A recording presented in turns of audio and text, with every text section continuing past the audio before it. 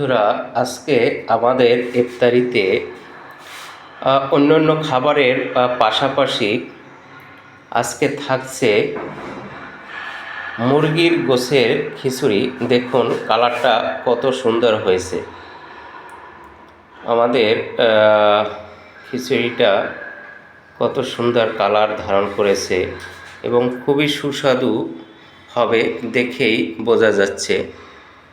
কারণ আমাদের বাবুর্চি সাহেব যখনই রান্না করেন খিচুড়ি আসলেই খুবই সুস্বাদু হয় এবং মজাদার।